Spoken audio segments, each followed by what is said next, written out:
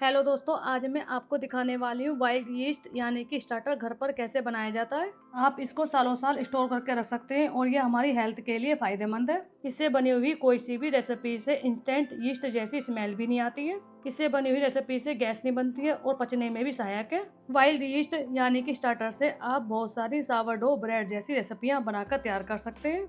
तो चलिए देर किस बात की, रेसिपी को स्टार्ट करते हैं। स्टार्टर बनाने के लिए लेना है गेहूं का आटा, 50 ग्राम आटा लेना है। जितना आटा लिया है उतना ही लेना है पानी। पानी आपको यहाँ पर टंकी का नहीं लेना, या तो लेना है मिनरल वाटर या फिर आरओ वाटर। मैं स्टार्टर बनाने के लिए बिसलरी का पानी यूज कर रही हूँ, क्योंकि मिनरल या फिर आरओ वाटर में क्लोरीन नहीं होता है। टंकी के यानी कि नॉर्मल पानी में क्लोरीन होता है। क्लोरीन होने की वजह से आटा जल्दी फर्मेंट नहीं होता है, वह यीस्ट बनने वाले बैक्टीरिया को मार देता है। रिजल्ट बेहतर बनकर आए इसके लिए आपको आरओ का या फिर बिसलरी पानी यूज करना है। इन दोनों को मिक्स करने के बाद अब मैं ले रही हूँ कांच का जार। यहाँ पर मैंने सावारडो स्टार्टर जार लिया है, आप कोई सा भी नॉर्मल जार ले सकते हैं। मैंने और भी बहुत सारे अलग अलग जार में बना कर देखा था, लेकिन मुझे इसका रिजल्ट ज़्यादा अच्छा लगा। एक बार खरीदने के बाद यह आपका सालों साल बढ़िया काम करेगा। आटा और पानी वाले मिक्सचर को डाल देना जार के अंदर और इसके बाद मिक्सचर को कर देना है चारों तरफ से एक सार। अगर आप नॉर्मल कांच का जार यूज कर रहे हैं तो आपको उसे एयर टाइट नहीं करना है, ढक्कन को ऊपर से इस तरीके से रख देना है। हल्की हल्की हवा अंदर जानी चाहिए, जार को ओपन नहीं रखना है, बस इस तरीके से ऊपर से ढक्कन को लूज रखना है। इसके साथ ब्रीथेबल कवर आया था, मैं जार को इसके साथ कवर कर दूंगी। जार पर ml भी दिए गए हैं, इससे आइडिया हो जाता है कि मिक्सचर जार में कहाँ तक है। जहाँ तक मिक्सचर है वहाँ तक मैं लगा रही हूँ फीडिंग ट्रैकर। कौन से दिन स्टार्टर बना रहे हैं वे सब डेज इस पर दिए हुए होते हैं। आप इसको मॉर्निंग में, नून में या फिर इवनिंग में कौन से समय में बना रहे हो यह सब दिया गया है। मैंने इसको ट्यूसडे में कर दिया है और इसको मैं सुबह के समय में बनाकर तैयार कर रही हूँ।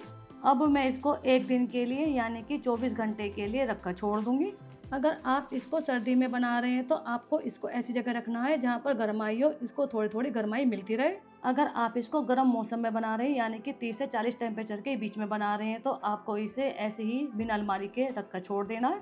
पूरा एक दिन रखने के बाद तब मैं आपको दिखाती हूँ। ये देखिए दूसरा दिन शुरू हो गया है। दूसरे दिन में आप देख सकते हैं ये पूरे दिन रखने के बाद इसमें हल्के हल्के से बबल्स दिखाई दे रहे होंगे। इसके बबल्स अभी बहुत ज़्यादा बड़े नहीं हुए और फुलावट भी बहुत ज़्यादा नहीं आई है।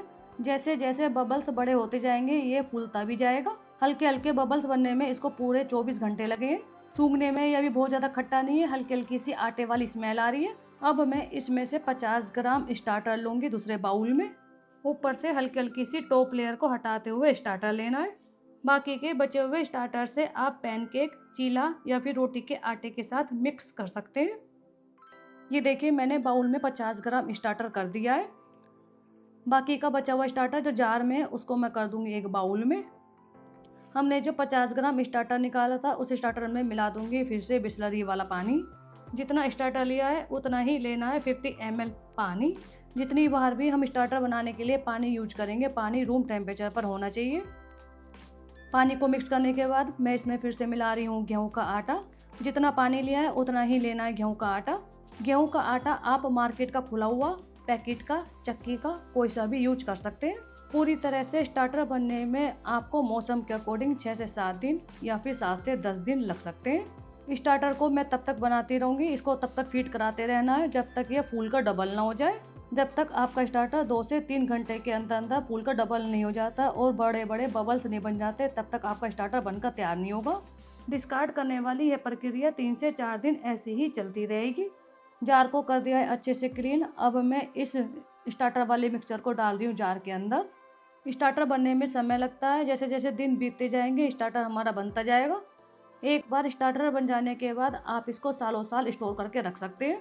फिर उसी स्टार्टर से एक नहीं, दो नहीं, जितनी भी ईस्ट वाली रेसिपियाँ हैं सभी रेसिपियाँ बनाकर तैयार कर सकते हैं। मिक्सचर डालने के बाद इसको चारों तरफ से कर दिया एक सार। अब मैंने कर दिया इसको कवर। आज वेडनेसडे है, आज मैं इसको फिर से पूरे दिन के लिए रखकर छोड़ दूंगी। सुबह का समय है, पूरा दिन रखने के बाद तब मैं आपको दिखाती हूँ।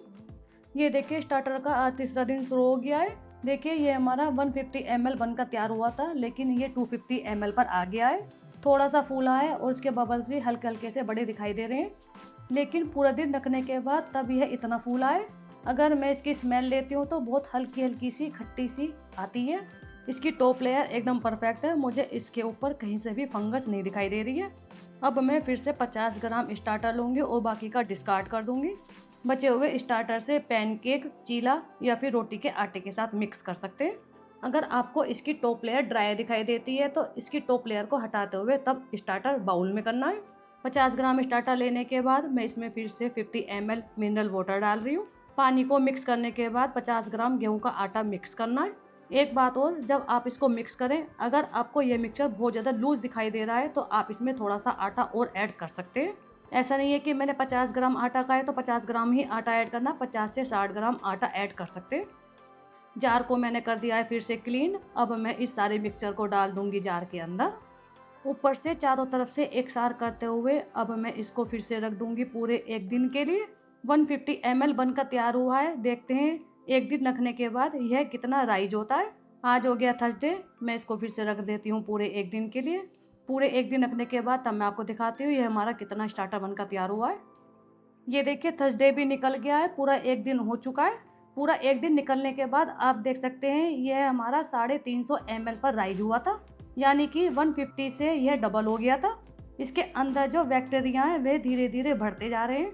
जैसे ही ये रात को राइज हुआ होगा तो खाना ख़त्म हो जाने के बाद ये नीचे को फिर से बैठ गया है। बैठने के बाद जहाँ तक राइज हुआ है वहाँ पर आपको एक लाइन सी दिखाई देगी। स्मेल लेने पर यह भी हल्का हल्का सा खट्टा है।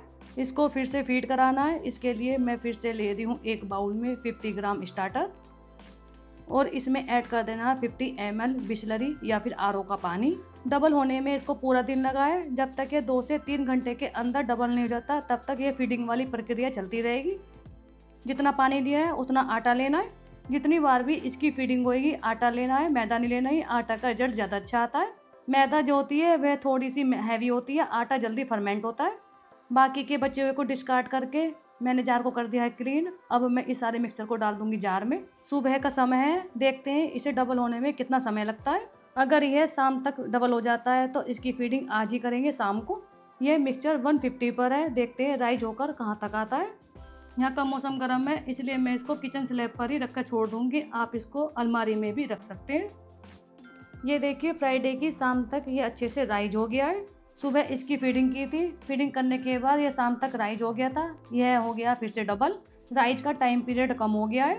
राइज हो जाने के बाद ये फिर से नीचे को बैठना शुरू हो गया। इसका मतलब इसे फिर से खाना चाहिए। पहले पूरा दिन लगता था, अब यह शाम तक ही अच्छे से राइज हो गया है। इसके राइज होने का समय कम हो गया है, इसलिए अब इसमें से डिस्कार्ड करने की आवश्यकता नहीं है। इसी में ही ऐड कर देना है 25 ग्राम गेहूँ का आटा।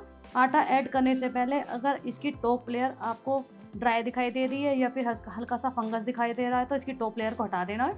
यह सब मौसम पर डिपेंड करता है कि आपके यहाँ का मौसम कैसा है। जितना आटा लिया है उतना पानी लेकर के इसको कर देना अच्छे से मिक्स। मौसम के हिसाब से इसका टाइम पीरियड कम या ज़्यादा हो सकता है। चारों तरफ से एक सार करते हुए मैं इसको कर दूंगी फिर से कवर। शाम हो चुकी है, अब मैं इसको एक रात के लिए रखकर छोड़ूंगी। चौथे दिन में ही ये 12 घंटे में अच्छे से राइज हो गया था। अब देखते हैं। अब मैं इसको फ्राइडे से सैटरडे कर रही हूँ क्योंकि इसका एक दिन पूरा हो चुका है। एक रात रखने के बाद तब मैं चेक करूँगी कितना राइज होता है और इसमें कैसे बबल्स बनकर आते हैं। ये देखिए पूरी एक रात रखने के बाद यह कितना अच्छे से राइज हुआ है। 450 ml पर यह पहुँच गया है। पहुँचने के बाद ये फिर से नीचे को बैठ गया है। इसके बबल्स देखिए, बबल्स भी कितने बड़े बड़े हो गए हैं। अब मैं आपको इसकी टॉप लेयर दिखाती हूँ। टॉप लेयर भी आप इसकी देख सकते हैं। स्मेल चेक करते हो, स्मेल में ये मुझे खट्टा महसूस हो रहा है, लेकिन साथ साथ मुझे इसमें आटे वाली स्मेल भी आ रही है। मुझे इसकी टॉप लेयर जो है वह हल्की सी ड्राई दिखाई दे रही है, इसलिए मैं इसकी टॉप लेयर को कर दूंगी अलग। इसकी थोड़ी सी टॉप लेयर को अलग करने के बाद मैं इसी में ही फिर से थोड़ा सा आटा और थोड़ा सा पानी ऐड करूंगी। स्टार्टर हमारा रेडी होने वाला है। आज छठा दिन है। स्टार्टर में मैं ऐड कर रही हूँ 50 ml वाटर। जितना पानी लिया है उतना मैं इसमें डाल दूंगी आटा। 50 ग्राम आटा ले रही हूँ। सारा आटा इसमें डाल करके इसको कर देना है आपस में अच्छे से मिक्स। फ्राइडे वाले दिन ये 7 घंटे में राइज हो गया था। उसके बाद ये धीरे धीरे बैठना शुरू हो गया था। अब मैं चेक करूँगी कि ये कितना समय लेता है राइज होने के लिए। अगर ये 2 से 3 घंटे में ही राइज हो जाता है तो इसका मतलब हमारा स्टार्टर रेडी हो गया है। हमारा जो ये मिक्सचर है ये 250 ml पर है। फ्राइडे वाले दिन इसकी 2 बार फीडिंग हुई थी, इसलिए मैं अब ट्रैकर को कर रही हूँ संडे पर। सुबह का समय है, देखते हैं ये कितने घंटे में राइज होता है। ये देखिए दोस्तों 5 घंटे के अंदर ही अंदर ये कितने अच्छे से राइज हो गया है। 5 घंटे में ये 600 ml पर पहुंच गया है। उसके बाद ये नीचे को बैठना शुरू हो गया क्योंकि इसका खाना हो गया ख़त्म। मैं आपको इसकी टॉप लेयर हटाकर दिखाती हूँ। ये देखिए कितना ज़्यादा झागदार दिखाई दे रहा है। अब मैं इसमें फिर से थोड़ा सा पानी और थोड़ा सा आटा ऐड करूँगी। पानी और आटा बहुत ज़्यादा ऐड नहीं करूँगी। 20 ml पानी और 20 ग्राम आटा लूँगी। इन दोनों को करूँगी आपस में मिक्स करने के बाद मैं इसको फिर से रखकर छोड़ देती हूँ। रखने के बाद तब मैं देखती हूँ ये कितने घंटे में राइज होता है। मिक्स करके मैंने इसको कर दिया है चारों तरफ से एक सार, और इसकी जो चारों तरफ आटा लग गया था उसको भी मैंने टिश्यू पेपर से पोंछ दिया है। मैंने इसकी फिर से दोबारा से फीडिंग की है, तो इसको मैंने संडे से कर दिया है मंडे। कवर करके इसको रख कर छोड़ देती हूँ, देखती हूँ कितने घंटे में राइज होता है। ये देखिए दोस्तों 2 से 3 घंटे में ये हो गया है अच्छे से राइज। बबल्स देखिए कितने बड़े बड़े बबल्स दिखाई दे रहे हैं। अब मैं इसके कवर को हटा कर दिखाती हूँ। ये देखिए ऊपर तक राइज हुआ है। 2 से 3 घंटे में राइज हो रहा है, तो इसका मतलब यहाँ पर हमारा स्टार्टर बनकर तैयार हो गया है। स्टार्टर जिसको आप लेविन भी कह सकते हैं या फिर वाइल्ड यीस्ट, कुछ जगह पर इसको लावा भी कहा जाता है। मैं इसको नीचे को ना मिलाते हुए हल्का सा ऊपर को कवर कर दूंगी और देखती हूँ ये और कितना फूलता या फिर नीचे को बैठ जाएगा। 15 से 20 मिनट में पता चलेगा कि इसकी प्रक्रिया क्या रहेगी। 20 से 25 मिनट के बाद तब मैं आपको दिखाती हूँ। 20 से 25 मिनट हो गए, आप देख सकते हैं कहाँ तो ये ऊपर तक फूला हुआ था, अब ये नीचे को बैठना शुरू हो गया है।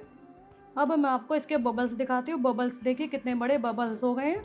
जितने बड़े बबल्स दिखाई देते हैं उतना ही परफेक्ट वाइल्ड यीस्ट बनकर तैयार होता है। ऊपर तक फूलने के बाद यह एकदम नीचे को बैठना शुरू हो गया है। आपको जार के किनारे किनारों पर आटा लगा हुआ दिखाई दे रहा होगा। अगर मैं इसकी टॉप लेयर हटाती हूँ तो टॉप लेयर भी एकदम झागदार दिखाई दे रही है, बबल्स दिखाई दे रहे हैं। यहाँ पर हमारा पूरी तरह से स्टार्टर बनकर तैयार हो गया। अब आपको क्या करना है, अब आपको जितना भी साइड में स्टार्टर लगा हुआ उसको हटा देना है। साइड से हटाते हुए जितना भी जार का खाली एरिया उसको मैं करूँगी क्लीन करके इसी के ढक्कन से एयर टाइट करके इसको रख देना है फ्रिज में। ये देखिए जितना भी खाली एरिया उसको मैंने कर दिया अच्छे से क्लीन, और इसके ढक्कन से कर दिया इसको एयर टाइट। आप इसको सालों साल फ्रिज में रख सकते हैं। इस बात का ध्यान रखना ढक्कन टाइट बंद होना चाहिए। अगर आपको इसे सालों साल ऐसे रखना है तो आपको इसे 15 से 20 दिन के बीच में फीड कराना है। फीड कराने के लिए पहले आपको इसे फ्रिज में से बाहर निकालना और रूम टेम्परेचर पर लेकर आना है। जब यह रूम टेम्परेचर पर आ जाएगा तब इसमें से 50 से 60 ग्राम स्टार्टर डिस्कार्ड कर देना, और उसके बाद इसमें आटा और पानी मिलाना है।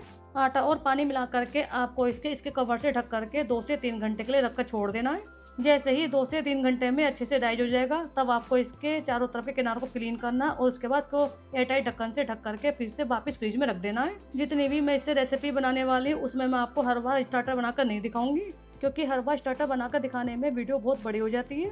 इसलिए मैंने इसकी रेसिपी को एकदम अलग सेपरेट कर दिया है। ये देखिए मैंने पूरी रेसिपी में स्टार्टर बनाने के लिए बिस्लरी का पानी यूज किया है। आप यहाँ पर आरओ का पानी या फिर कोई सा भी मिनरल वाटर यूज कर सकते हैं। ये वाइल्ड यीस्ट नेचुरल फर्मेंट होता है और हमारे पेट के लिए अच्छा माना जाता है। अब मैं इसको रख रही हूँ फ्रिज में। इससे बनी एक और रेसिपी आपके साथ जल्दी जल्दी शेयर करने वाली हूँ। एक और रेसिपी के साथ मैं आपसे फिर मिलूंगी। Tata bye bye.